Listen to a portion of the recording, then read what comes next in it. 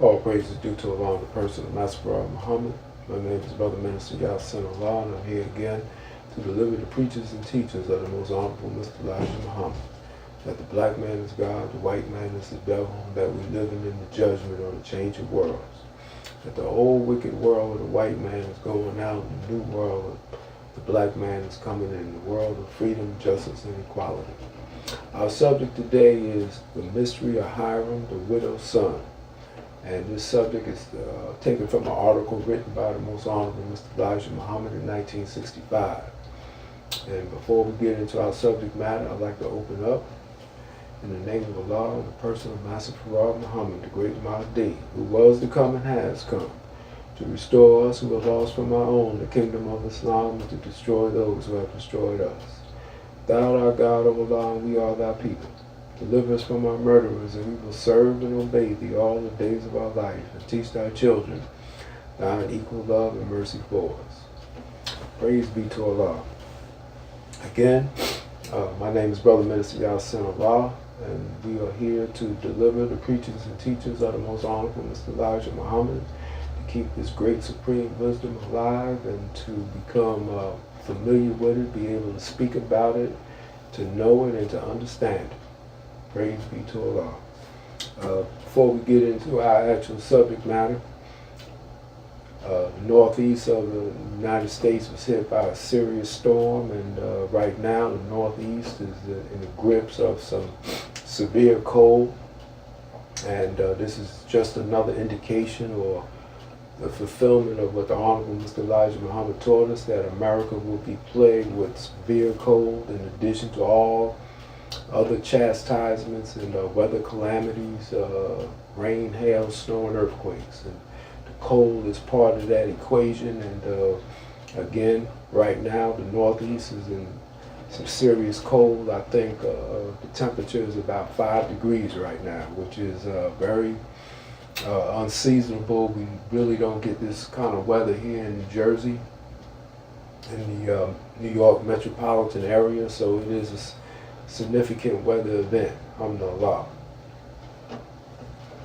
And this all goes to the fact that the most honorable Mr. Muhammad said that Allah, God, in the person of Master Muhammad, will use all his weapons to destroy America, to make America pay for the sins that it has inflicted on the black man and black woman of America and the Indians as well, alhamdulillah. Again, our subject is the mystery of Hiram, the widow's son. And this subject is actually taken from Freemasonry. And Freemasonry, as taught to us by the Honorable Elijah Muhammad, is a system which is actually Islam that's veiled in allegory and signs and symbols, or it's Islam that's put into a different form. And it was originally formulated for the white race in order so they could become accustomed or to build themselves up to start practicing Islam, and to also to be moral and upright people. In other words, to be righteous people. Alhamdulillah. Now, the three most important parts of Freemasonry, and of course, when we start talking about Freemasonry, we're talking about a vast subject, and there are millions of Masons here in the wilderness of North America, and of course, it's a secret society that you really don't know what goes on inside the lodge unless you are a Mason, because you're not permitted in there unless you are a Mason, and you have to be initiated into the Masonic orders. Alhamdulillah. Now, the three most important degrees in Freemasonry are the first 3 degrees. And Masonry goes to 32 degrees, from 1 to 32. But the most important 3 are the first 3 degrees. And they call the first 3 degrees Blue Lodge. And this is all readily available in this day and time. You can get information on this. Alhamdulillah. So, and the most important of the 3 degrees is the 3rd degree, which is called the Master Mason. The first degree is called the Entered Apprentice. The second degree is called the fellow craft, and the third degree is called the master mason. And if you notice that these degree names have to do with building, entered apprentice, fellow craft, and master mason. And that's because Freemasonry is based on the allegorical building of Solomon's temple. King Solomon, the prophet king, building his great temple, the temple of his father David's desires. And we're going to get more into that, but this is the reason why when you deal with masonry, you deal with terms related to building or construction, because it's based on the allegorical building of Solomon's temple. Now, the third degree of Freemasonry is the most important, and that is based on something called the mystery of Hiram, the widow's son, Hiram Abiff. Hiram Abiff was a master builder, or the great architect, who actually laid the plans to build Solomon's temple. And this is based in part in fact, and it's part allegory. And by allegory, I mean something not to be taken literally, but that has a hidden or deeper meaning to it. Usually it's a parable or a story, if you will, that's not to be taken literally, but that has a hidden or deeper meaning to it. Alhamdulillah. And basically, the story of Hiram Abiff is that Hiram was enlisted by Solomon to be the architect of his temple, and that on the construction site they had these workers, that is to say devils, if you will, who were working on Solomon's construction site. And Hiram was very wise, and according to the allegory, 3 of the devils, or in Masonry, what they call the ruffians. A ruffian is like a thug or a hood, a hoodlum or something like that, or a hood.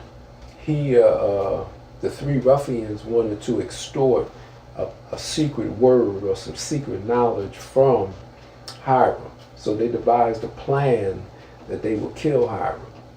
Or, let me rephrase that, not kill Hiram, but extort, as they say in Freemasonry, extort or get the secrets from him, alhamdulillah. So they waited for Hiram to come and to put work on the trestle board or to lay out his plans for the day. And while he was on his way there, this is where they sprung their plan into action. And one of the ruffians approached Hiram and hit him in the arm. Another one hit him in the neck, and the third one hit him in the head where he died. And if my memory serves me correct, the first one hit him with a 24-inch gauge, a building tool. Another one hit him with a square, alhamdulillah. And the third one definitely hit him in the head with a hammer, or what they call in Freemasonry a setting maul. And they killed Hiram accidentally. And when they killed him, they panicked, and they buried him in a shallow grave in order to hide or cover up the crime. However, because the master builder, the great architect, wasn't on the construction site, there was no work being done. So when Solomon discovered that Hiram was missing, he launched an investigation. And eventually, his deputies found the shallow grave, uncovered it, and found the body of Hiram Abiff. And at first, Solomon's deputies, tried to raise Hiram from the dead, from the grave. But as they say in Freemasonry, that the skin slipped from the bone. In other words, they didn't have the knowledge to raise Hiram, or how to raise Hiram. So eventually, when it was seen that the deputies didn't have the knowledge or skill or information on how to raise the dead Hiram, Solomon jumped into the grave and used what the Masons call the lion paw, the grip that wouldn't slip, and raised Hiram from the dead. Praise be to Allah. And again, of course, all this is allegory, not to be taken as a literal or actual fact, but something that has a deeper meaning to it. Now, in Freemasonry, you have many scholars, people who science and research the history and the origins of Freemasonry and all the different histories that Masonry incorporates. What's their origin and what does it mean? And you have numerous Masonic scholars in the world, past and present. And one of the great mysteries of Freemasonry is, what does the mystery of Hiram Abiff really mean? Where did it come from? And again, what is its true significance? And the origins of the mystery of Hiram Abiff, the widow's son, is something that's not really clear to the Masonic scholars, and all of them, or most of them, have their own interpretations as to exactly what it means. Alhamdulillah. Now, as we may know, that the Most Honorable Mr. Elijah Muhammad was a Mason before he was introduced to Islam by Allah in the person of Master Muhammad, and took on and was commissioned, if you will, as the last messenger of Allah to teach us, the lost found nation here in the wilderness of North America, the black man and black woman in America. And of all the Masonic scholars, and again, you know, some of these people, individuals, are very wise and very learned in Freemasonry. It was the only one who interpreted that Hiram Abiff is referring to the black man here in the wilderness of North America. And that would probably astound many Masonic scholars, especially those of the past who were, you know, Caucasian Europeans and, you know, very racist in their views toward black people. But nonetheless, it was the Most Honorable Mr. Elijah Muhammad who interpreted that Hiram Abiff actually symbolizes the black man here in the wilderness of North America. And that the three ruffians who assaulted Hiram Abiff and ultimately killed him actually referred to England, France, and the United States, America. Alhamdulillah. Now, Mr. Muhammad taught us very well. And this is one of the points when in making these videos, I always want to illustrate how well the Most Honorable Mr. Elijah Muhammad taught us.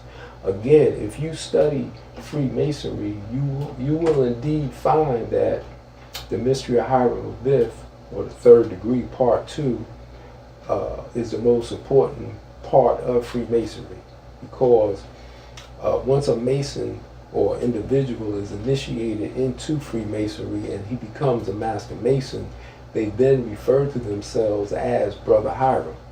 And if you talk to any Masons, they will, if they do start talking about Hiram Abiff, which they will do guardedly if you are not a Mason, they will always say that he's the greatest man that ever lived. Alhamdulillah.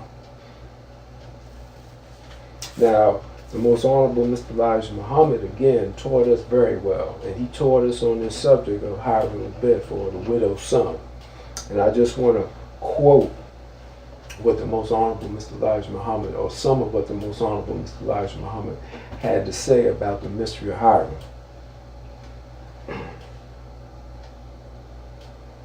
The Masonic ritual of the death of Hiram, the widow's son, has no record in the great light of Masonry, the Bible.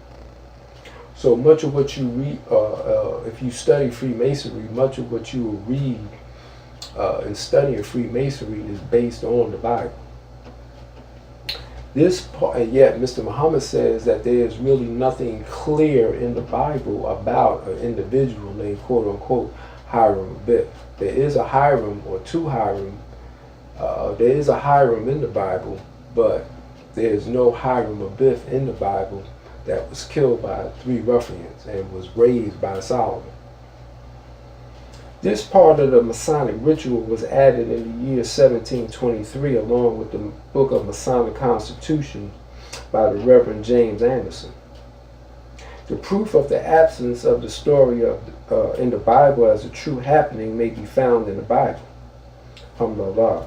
So now Mr. Muhammad touches on a little Masonic history in the Scottish Rite, or in England, and which is Scotland is a part of England, or what they call the United Kingdom. The Book of Masonic Constitutions was formulated or compiled by Reverend James Anderson, who was in fact a Mason and a Christian reverend, pastor, preacher, if you will. And yet there's no real indication of where this came from. There is no explanation of where the mystery of Hiram Abiff came from, but it was added into Freemasonry by James Anderson in around 1723. And remember that the one of the main branch of Freemasonry is the Scottish Rite, if you will. And two main branches of Freemasonry up until this day and time are the Scottish Rite, which is from Scotland, England, and the York Rite, which is from Ireland. There you will see that Hiram was still putting the work on the trestle board for the fellow craftsmen when he was attacked by the ruffians, Jubilee, Jubilee, and Jubilum. Notice the peculiarity of the names. One can tell that they are props to hide a more direct meaning. Alhamdulillah. So again, Hiram was on his doing his job, or getting ready to do his job, lay out the day's plans of the construction site on the trestle board, which is just a board or a table in which plans are laid out. Alhamdulillah. Now he says the three ruffians' names are Jubilee, Jubilee, and Jubilum. Some say Jubilo, Jubilee, and Jubilum. Alhamdulillah. But Mr. Muhammad says that these names are actually props to hide a more direct meaning. And the more direct meaning is that all three names start with the letters J-U. So here you have an indication that you're talking about white people, i.e. Jews, Jews being the followers of Moses or the leaders of the white race. Alhamdulillah. So Mr. Muhammad says, and this is his, the great interpretation of Mr. Muhammad about the third degree of Freemasonry. He says, however, this is the veiled in the mystery parts of Freemasonry. Now let me explain the mystery. Hiram is the so-called Negro here in the wilderness of North America, and Jubilee, Jubilee, and Jubilum are England, France, and America. The East Gate is Africa, the West Gate is the West Indies, and the north corner of the temple is North America. Alhamdulillah, so there it is very plainly that Mr. Muhammad interpreted that the whole third degree, part 2 of Freemasonry is actually referring to the enslavement of the black man here in the wilderness of North America. And that the gates, which they call the gates in Freemasonry of the temple, that the East Gate is symbolic to Africa, and the West Gate is the West Indies, and the north corner of the temple is here in the wilderness of North America. Now, we all know that as black people here in the wilderness of North America, that the damage that was done to us by the American slave master, and that we were robbed of knowledge of self and kind. And according to the teachings of the Most Honorable Mr. Elijah Muhammad, this is the worst crime that could ever be committed upon the people. And it was in fact robbing the black man of self and kind that sealed the doom of white America in the eyes of Almighty God Allah, that America had to be destroyed for what it did or has done to the black man in the wilderness of North America, robbing us, him, and her of knowledge of self and kind. Alhamdulillah. So this is why when we see our brothers from the Caribbean, if you will, our Jamaican brothers, our Haitian brothers, and all the different people that come to North America from the Caribbean, we see that they are more productive and more industrious and just have they're a step ahead of us basically in everything. And this is because they were not robbed of knowledge of self and kind as the black man in the wilderness of North America. England and France didn't enslave the original man, but America is the one who killed him by fixing him so that he would not have knowledge of himself. Then they told him that he was a Negro and buried him in the graveyard in the King James Version of the Bible. The fact that he was hit in the head with a sitting maul shows that it was in the head that he died, so that he is mentally dead. Therefore, because he was dead, they made up a name from the Greek language to fit him, Negro, which is also spelled Necro, N-E-C-R-O. This word means dead, alhamdulillah. So Mr. Muhammad is touching on a few very important subjects here. Number one, going back to the ritual in Freemasonry, remember the first two ruffians, one hit Hiram in the arm and another one hit him in the neck. These things inflict injury, but nonetheless, they are not life-threatening. However, the third ruffian hit Hiram in the head with a hammer, and this is how he was killed. So the first two ruffians symbolize England and France. They did enslave the black man, but they did not rob him totally of knowledge of self and kind. But it was the third ruffian, America, who robbed the black man of knowledge of self and kind, or hit him in the head, killed him, alhamdulillah. Now, Mr. Muhammad also touches on the origin of the name Negro, and this is a unique name that the white man in America gave the black man in America after robbing us of knowledge of self and kind. Now,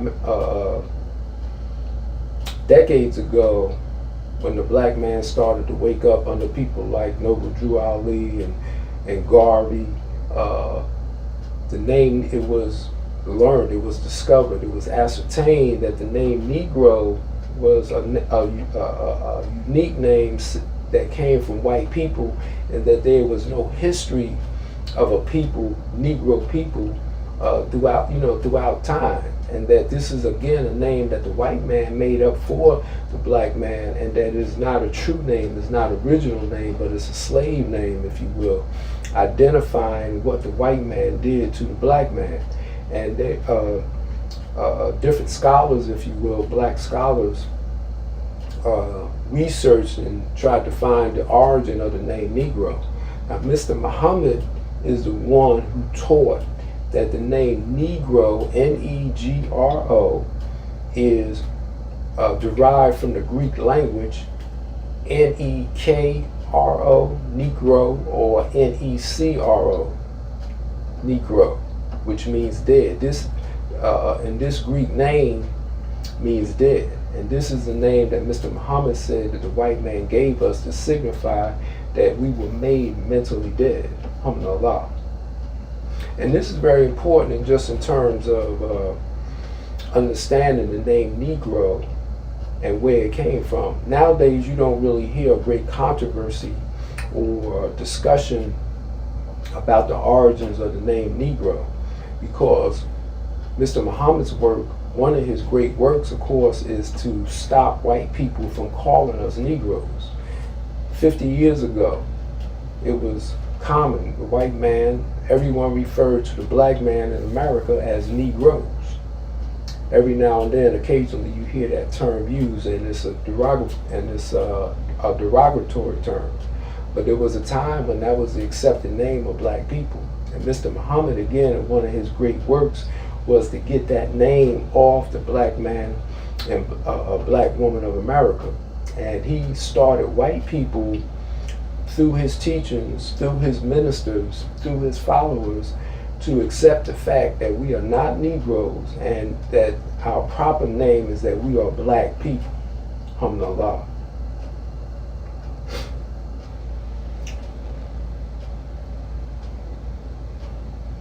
So now he goes further into how the name Negro, the Greek Negro, became Negro.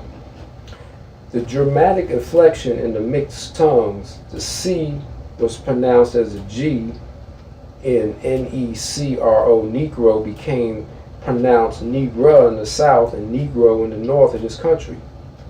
The blacks under the English and French have never lost their identity, but this poor black man in America was entirely divested of all his history, his language, and true religion. To do this, the men of his nation were murdered, and the women of the nation were left widows. Thus this was left a widow nation, and we are her sons. Hence Hiram Abiff, the poor widow's son. So this was a prophecy of what would be happening, or what would happen to the black man and black woman of America. That the name was changed because to signify that the black man and black woman of America were robbed of knowledge of self and kind by a white slave master. And number two, that the men were killed. The men are open prey to white people through prison, drugs, lynchings, homosexuality, alcohol abuse, insanity, where the black man does not represent properly as being the leader of the family, the leader of the community. Alhamdulillah. So again, the women are left widows. They have children, absentee fathers, single parent families. There's no man in the house. So the scriptures, or this Masonic ritual, if you will, speaks about this condition. Is actually the mystery of Hiram, the widow's son, as found in Freemasonry, is actually a prophecy, if you will, or a description of what happened to the black man and black woman of America. That the black man will be killed through different means, again, through outright murder, police shootings, lynchings, drug abuse, alcohol abuse, homosexuality, insanity, hopelessness. All these things serve to destroy the black man. And this left or leaves the black woman to fend for herself. The black man produces children, but he doesn't take care of them. Alhamdulillah. So this is where we get the whole idea of the poor widow's son. So it's the son of the widow who is the object of the need to be resurrected, or the need to be taught.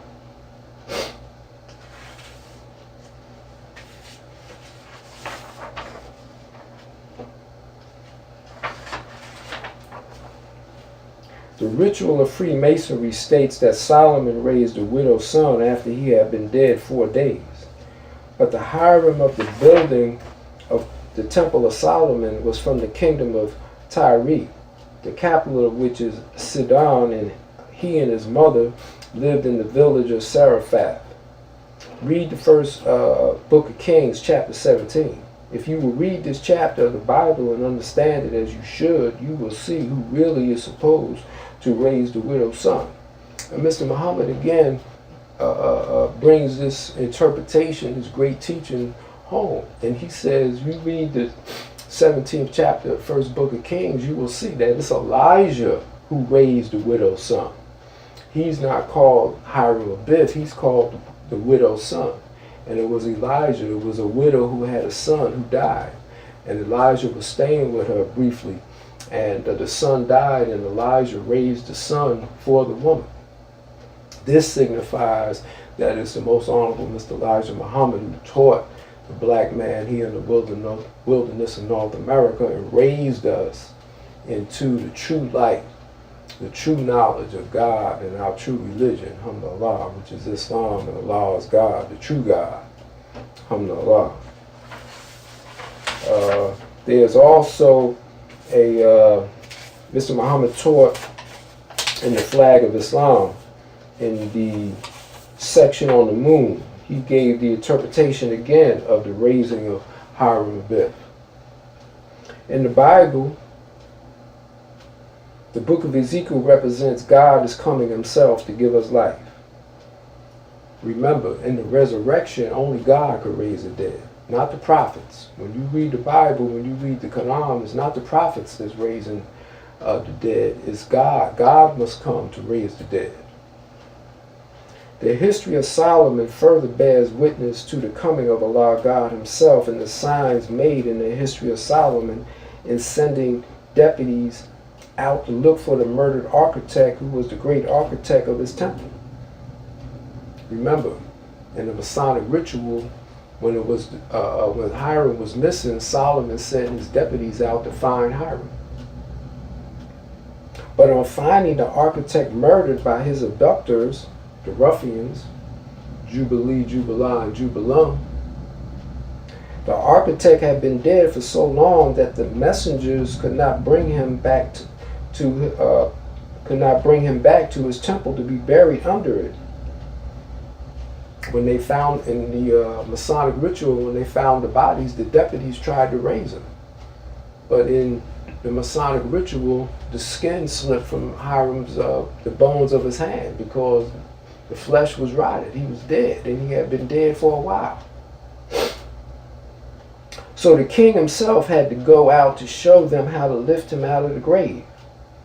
Solomon had to raise Hiram Abiff with, again, what the Masons call a lion's paw, the grip that wouldn't slip. This is all symbolism saying that it's Allah God who must raise the black man or teach the black man here in the wilderness of North America. This is a sign of the coming of Allah God in the person to raise up we, the mentally dead, and restore our life to us. Alhamdulillah. Allah came in the person of Master Farad Muhammad and conferred the knowledge, wisdom, and understanding and authority on the most honorable Mr. Elijah Muhammad to raise us. Hence, Mr. Muhammad also signifies coming in the authority of Allah. Understand this. Remember, Mr. Muhammad said that the messenger, the last messenger of Allah, merged into one. The planet Mercury is so close to the sun that you can't distinguish one from another. Praise be to Allah.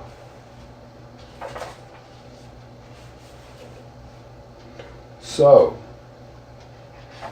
and this also tells us that, and we should bear this in mind, that there are no prophets or messengers to come after the most honorable Mr. Elijah Muhammad, because again, this is the work that God must do, not the prophets and not the messenger.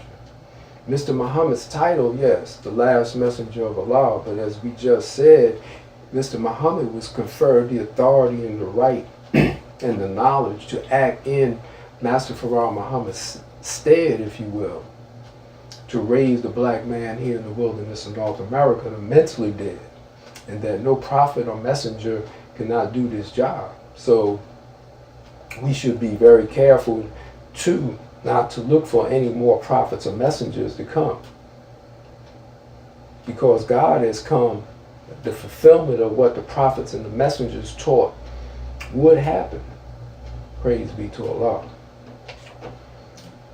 So I'm going to close this video and give us a like on YouTube or Facebook, and we hope you enjoyed it. We hope we imparted some information to you that will be useful in your understanding of the teachings of the most honorable Mr. Elijah Muhammad. So without any further ado or delay, I'm going to close out in the name of Allah, in the person of Master Farad Muhammad, the great Mahdi, who was to come and has come to restore us who were lost from our own, the kingdom of Islam, and to destroy those who have destroyed us. Thou art God of Allah, we are thy people. Deliver us from our murderers, and we will serve and obey thee all the days of our life, and teach thy children thine equal love and mercy for us. All praise is due to Allah. Peace, peace. Assalamu alaikum.